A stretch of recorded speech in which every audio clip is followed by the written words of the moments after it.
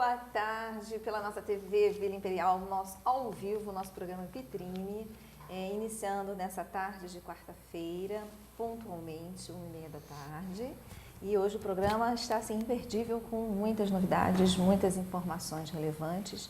Para começar, como sempre, a proposta do nosso programa é trabalhar com as coisas positivas, as coisas boas que nós temos a oferecer nessa cidade linda. E não é qualquer cidade do interior do estado do Rio ou de outro estado que possa oferecer aos seus cidadãos e também às pessoas no entorno, né, um programa stricto sensu.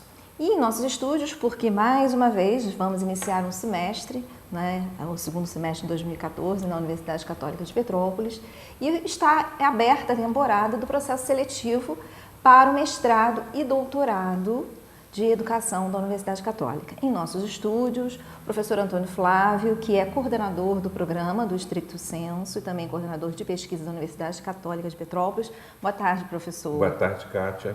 Muito prazer estar aqui com você.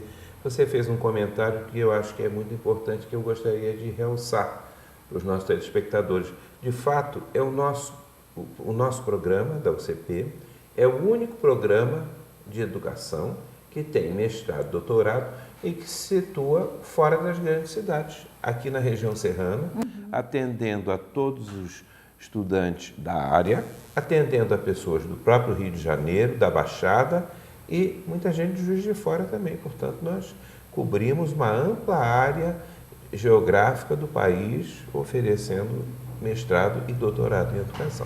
É interessante também, aproveitando nessa linha, de realçar que não basta apenas a instituição de ensino almejar e empreender um programa de stricto sensu, né, claro, mestrado e doutorado.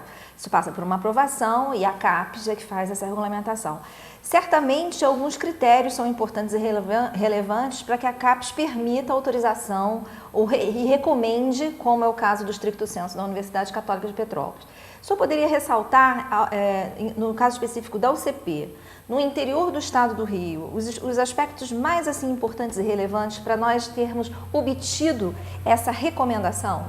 Eu penso que os aspectos mais importantes são, primeiro, um corpo docente qualificado, de doutores que conjugue pessoas com vasta experiência na área e pessoas jovens que também aproveitem para renovar o programa. Além disso, é importante que se tenha uma boa proposta, organicamente elaborada, com um bom currículo, com disciplinas pertinentes, com disciplinas que atraiam o aluno e ainda, e esse é um ponto fundamental na CAPES, que nós desenvolvamos pesquisas relevantes, pesquisas que contribuam para o avanço do conhecimento na área. Então, eu diria que esses pontos, a UCP está oferecendo isso, a UCP hoje cada vez mais se interessa em ser um centro de pesquisas, além de uma instituição de formação de profissionais. Nós temos uma estrutura curricular muito enxuta, muito bem elaborada, uma proposta boa, e nós temos também um corpo docente, eu diria que de primeira qualidade. E quais são as linhas que estão sendo ofertadas no stricto sensu, no mestrado e doutorado em educação da UCP? Veja só, nós temos como o grande guarda-chuva, né, de todo o programa a temática instituições educacionais, que envolve escolas e envolve universidades, porque é nelas que o processo pedagógico de fato se desenvolve, que as políticas se implementam e nós precisamos entender como é que esse processo todo ocorre de maneira a cada vez mais contribuir para aperfeiçoá-lo. Então nós temos esse grande guarda-chuva, instituições educacionais. No mestrado, são duas linhas, as práticas pedagógicas nas instituições educacionais e as políticas educacionais e seus atores se refletindo também nas instituições educacionais, ou seja, simplificando, políticas e práticas. No doutorado, nós optamos por uma linha só, o doutorado ainda está em seu início, que congregasse os professores, as pesquisas, os interesses dos alunos, e nós optamos pelo professor. Então, a nossa linha de pesquisa é trabalho e formação docente, que é uma temática cada vez mais importante nos dias de hoje, quando nós queremos construir uma escola de qualidade em nosso país. E o perfil, nós temos aí um senso comum de que que o stricto sensu, que os mestrados e doutorados não são programas, ao contrário das pós-lato sensu, são programas mais complexos, são programas muito mais difíceis, né? E como se quase fosse assim algo um pouco inacessível para um determinado perfil de candidato. O senhor poderia traçar assim um perfil e talvez ou não desmistificar um pouco esse sentimento de que primeiro eu saio da graduação, eu preciso fazer uma pós-lato sensu para depois pensar possivelmente em empreender um mestrado, ou eu tenho que ter competências específicas ou não. O que caracteriza, quais os aspectos das competências pertinentes a um possível candidato que venha a ser bem-sucedido num programa de mestrado e doutorado? Veja bem, o programa de mestrado e doutorado, como você disse, ele é mais difícil e mais complexo que uma pós-graduação lato sensu, com certeza. Fato. Mas ele absolutamente não é nada inacessível aos candidatos. Por quê? Porque nós damos uma lista de artigos que o candidato precisará ler tanto no mestrado quanto no doutorado, e nós elaboramos uma prova escrita sobre esses artigos, com questões que versam sobre temáticas discutidas nos artigos. Então, a pessoa que leu com atenção, que entendeu bem os textos, poderá sair perfeitamente bem, até não tendo feito uma pós-graduação lato sensu. Além disso, há uma entrevista também. Nós entrevistamos os nossos mestrandos, pedindo que eles conversem um pouco conosco sobre um possível projeto de pesquisa, interesses que ele possa ter em desenvolver uma investigação, sobre por que ele está buscando mestrado, que tempo ele tem de fato para se dedicar a isso. E já no doutorado, a entrevista é um pouco mais, digamos assim, criteriosa no sentido de nós exigirmos um projeto já quase pronto, porque ele já fez mestrado, consequentemente ele tem condições de fazer algo melhor. E aí, sobre esse anteprojeto dele, nós estabelecemos uma discussão, a banca de 3 professores e ele. Então é possível a pessoa se preparando com cuidado, não improvisando. O que não dá é a pessoa de repente pensar assim, vou na semana que vem me candidatar a um doutorado. Não.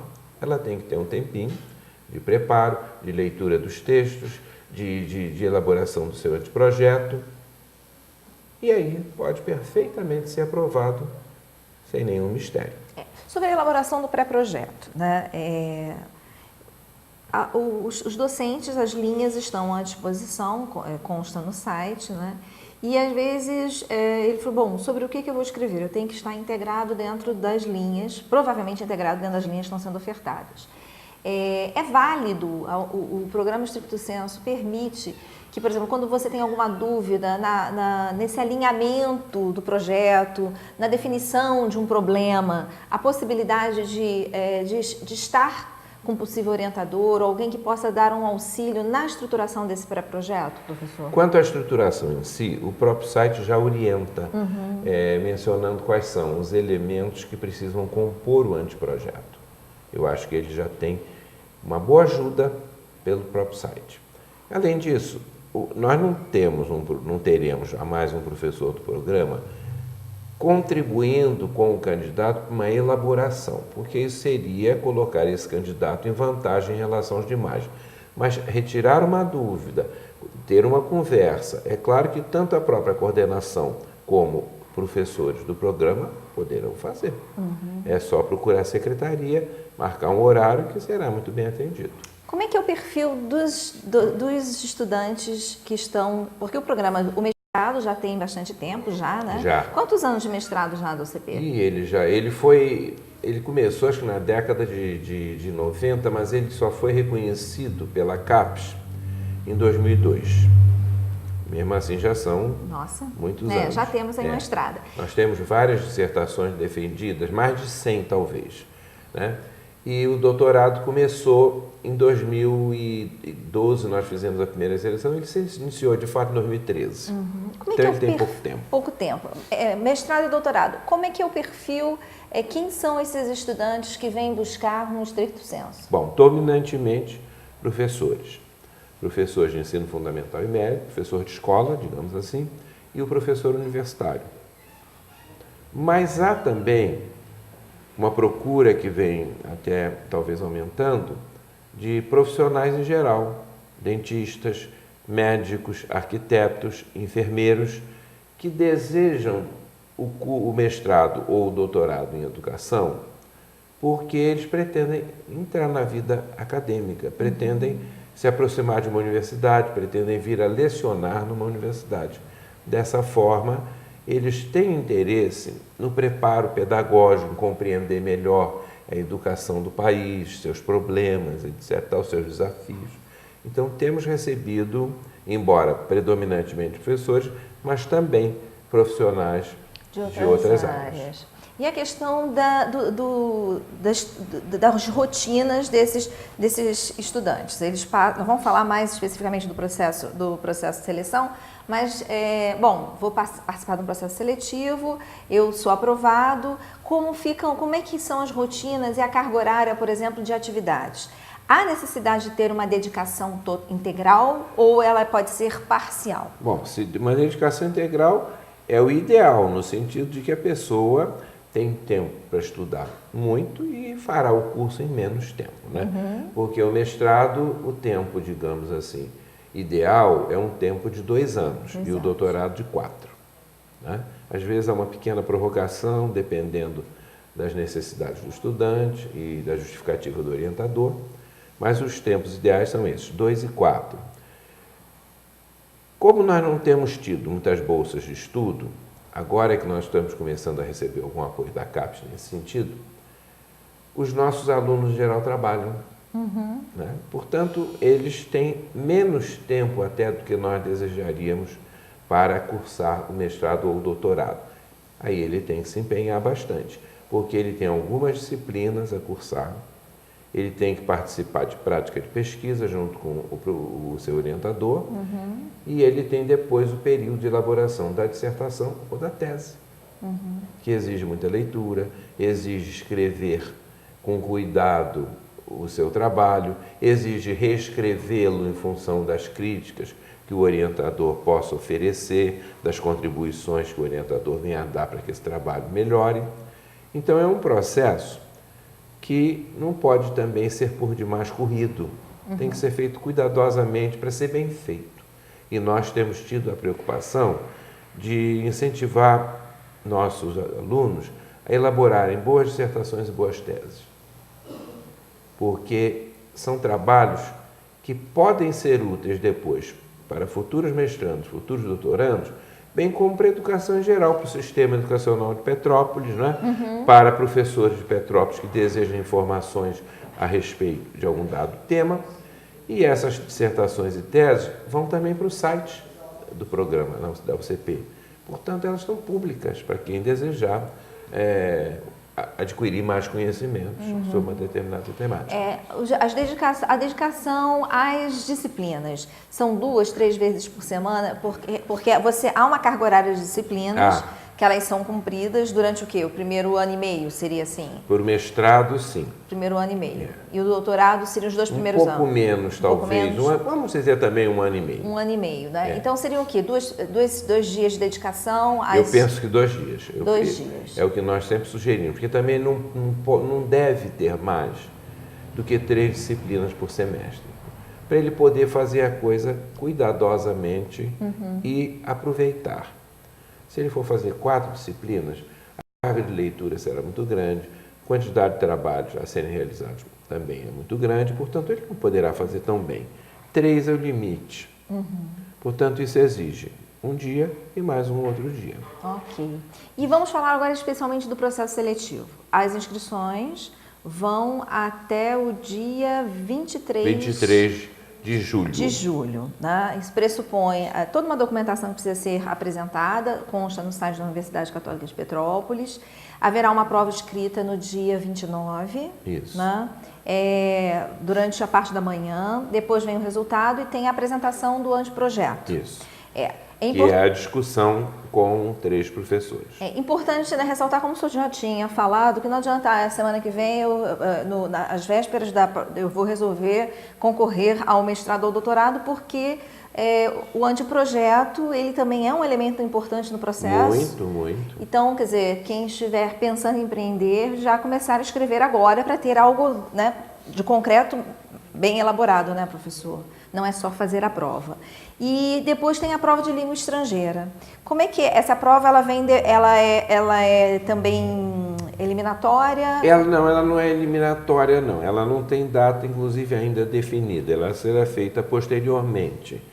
E ela se pretende a verificar em que grau o candidato está apto a ler um texto numa língua estrangeira. Para o mestrado, ele pode escolher inglês ou espanhol. Né? E para o doutorado, o inglês é obrigatório. Hoje em dia, a quantidade de publicações em inglês é enorme, né? E nós, no nível de doutorado, temos que exigir certamente um domínio de leitura. Nós não estamos interessados em verificar se ele domina bem a língua, se ele fala bem, se ele é fluente, se ele é capaz de uma conversação, nem se ele é capaz, se ele conhece bem gramática. O que nos interessa é se ele tem capacidade de ler um texto. E, inclusive, nós elaboramos a prova da seguinte forma: ele recebe um texto na língua estrangeira, que ele precisa compreender, e nós oferecemos algumas perguntas em português para que ele responda em português. E aí ele vai nos mostrar que compreendeu o texto. Porque é disso que ele precisa para cursar o doutorado. Ser capaz de ler um texto em inglês, ser capaz de ler um texto em espanhol e aí se utilizar desse material para elaboração de seus trabalhos, da sua tese. Ok. Esquecemos de alguma coisa, professor Antônio Flávio? Não, eu acho que conseguimos fazer essa abordagem geral. O que é que o senhor, assim, que mensagem, ou assim, o que o senhor recomenda para quem está nos assistindo e que de repente se enquadra nesses critérios e tem essa expectativa de que almeja passar pelo processo seletivo, mestrado, doutorado da UCP? Eu acho que o primeiro passo é entrar no site e verificar tudo o que ele diz a respeito do processo seletivo. Verificar as exigências de documentação, verificar os artigos que estão recomendados para leitura, iniciar essa leitura imediatamente, cuidadosamente, fazer um fichamento desses textos, mostrando que os entendeu bem e cuidar da elaboração do seu pré-projeto ou do seu anteprojeto.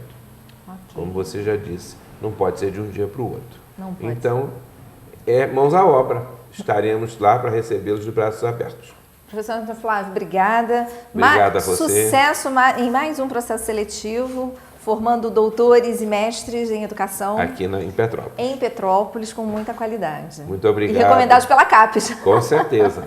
Nós vamos para um pequeno intervalo e já voltamos.